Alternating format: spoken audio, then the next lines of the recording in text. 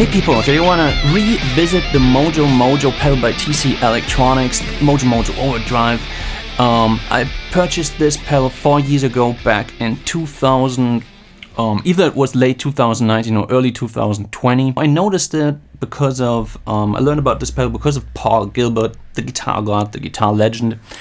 And I thought, man, it was like a rig rundown on Premier Guitar that I was watching, and I just noticed, man, he's got this fat, nice, chunky tone of that MojoMojo.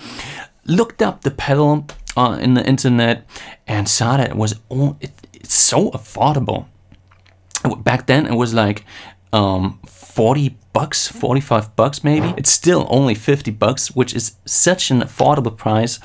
And I mean, rest assured, if a guitar god like Paul Gilbert is using a cheap pedal like that, you know, what does that say about pedals in general? They don't always have to be expensive. That's what it says. It's got a really unique sound. And by the way, all the guitars that you just heard in that little intro jam that I did were recorded just with the MojoMojo. So I can explain that track, but I would have to do an extra video, do screen sharing, and if you want me to do that, write it in the comments. It's no problem, but it would take too long for this video now. What I want to show here is just what I really like about this pedal.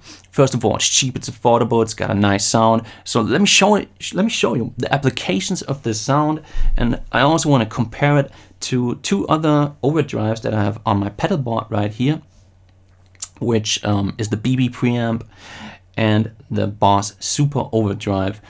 They kind of sound, well, they all have the different unique sound. Let me just show you. So let me show you my straight tone. This is no overdrive engaged. MojoMojo's turned off.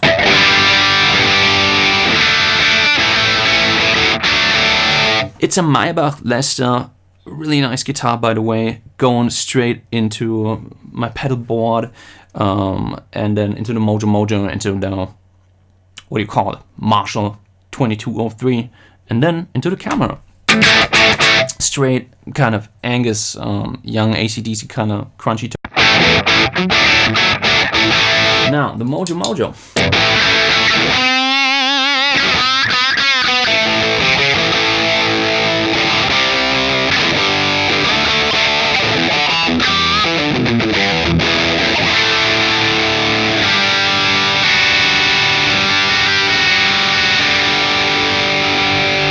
MojoMojo disengage.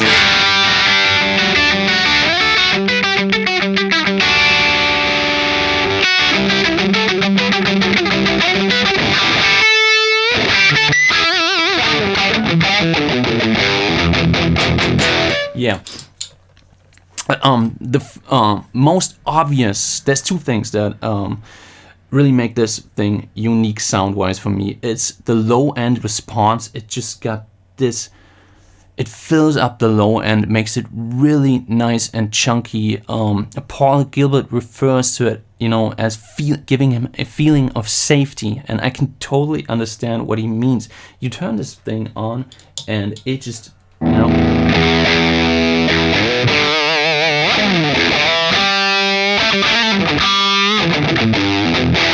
it's just such a nice, warm, and fat overdrive sound. Actually, for me, it says overdrive. For me, and that's the second thing, it feels more like a fuzz, actually. Also, the structure of the gain.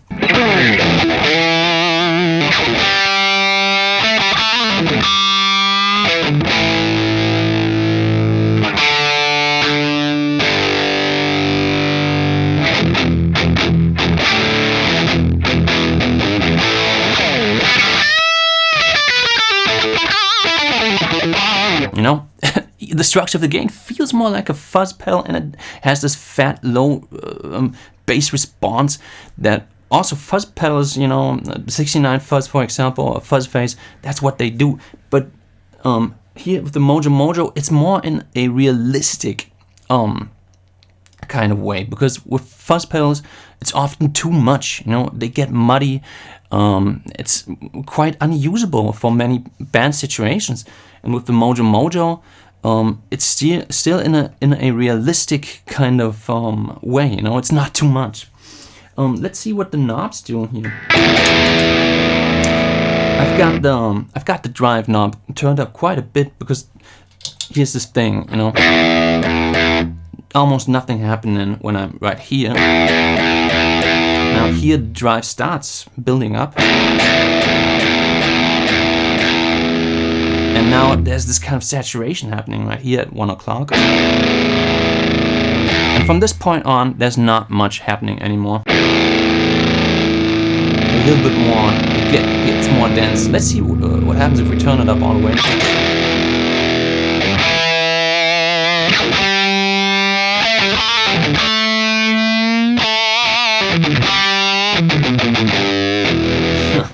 It adds a lot of sustain, and it's really fun to play, but I feel it's just too much.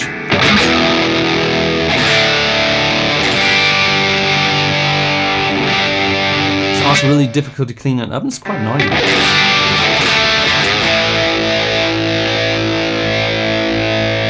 So for me, 1 o'clock, that's a really nice setting. And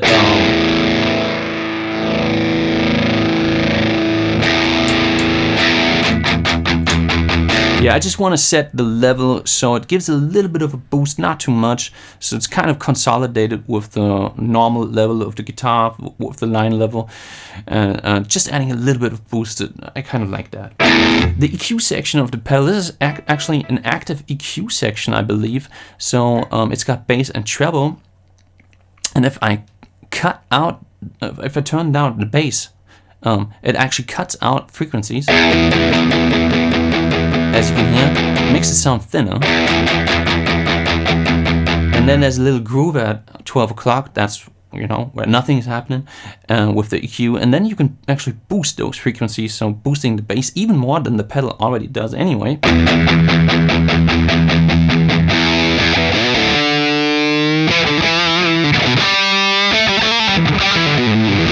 It also sounds nice.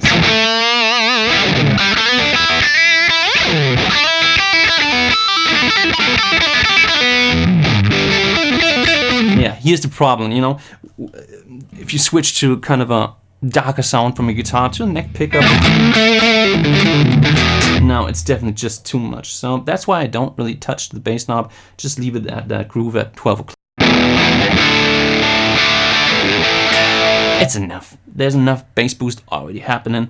And the highs, I actually, you know, you can cut them out, make a really dull sound.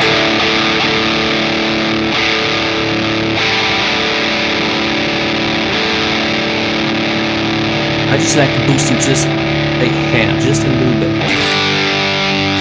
Because it brings out that sizzle of that gain structure a little bit more by boosting the treble, I feel. So that's the way I like to set it. Coming from this sound.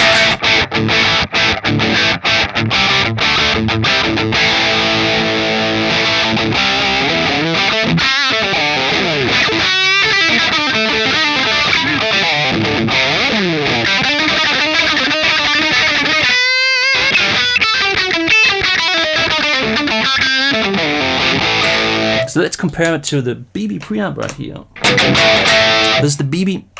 This is no pedal turn on. Mojo.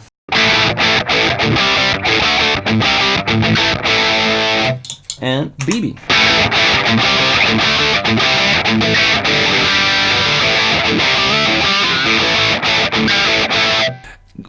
Quite similar, but BB has its unique sound. It sounds more like a classic overdrive. As I said, this now you can actually hear it sounds more like a fuzz, for me at least. And let's go ahead and check out. Is it turned on? No. Straight sound in MojoMojo.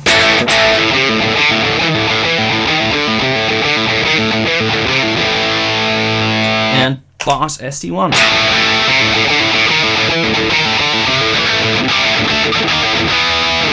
The Boss SD1 I would say, especially compared to the MojoMojo, sounds like almost the opposite direction of the MojoMojo. The MojoMojo gives you a bass boost, makes it sound thick and warm, and the SD1, the Boss SD1, cuts out bass frequencies. It feels to me that it boosts the mids and just accentuates those the picking attack.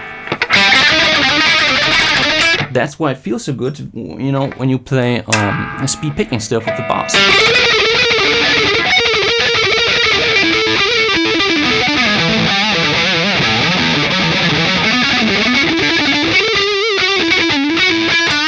Compared to the MojoMojo.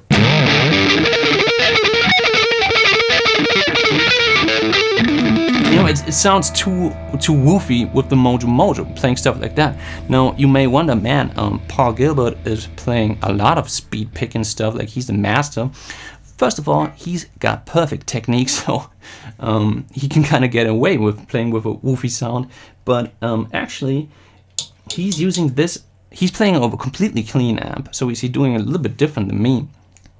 Then he's then turning on the MojoMojo as his main bassline distortion, and then he would add something like the Boss SD1 if he's going into a speed picking section. He's not playing speed picking all of the time, like when he has a 2-hour show. It's only at certain moments, and at those moments, during those solos, he would turn on something like, I forgot which pedal it is, but it would be something, some kind of overdrive similar to the Boss SD1. Yeah. So it would come from here, you know, MojoMojo.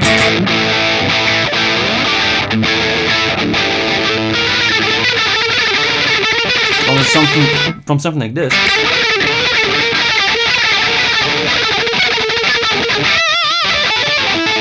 And this is with the Boss SD1 turned on as well.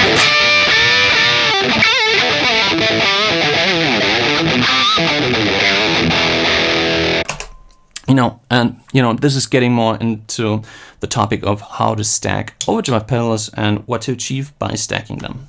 It's not just about getting more gain, it's also using the different characteristics of the overdrive pedals for certain parts. To this day, 4 or 5 years later, I still love the MojoMojo. I can't use it the way I use it, because I'm not playing over a completely clean amp. I don't see it as my main pedal, using it all the time. But I love the fuzziness, the warmth, and of this pedal.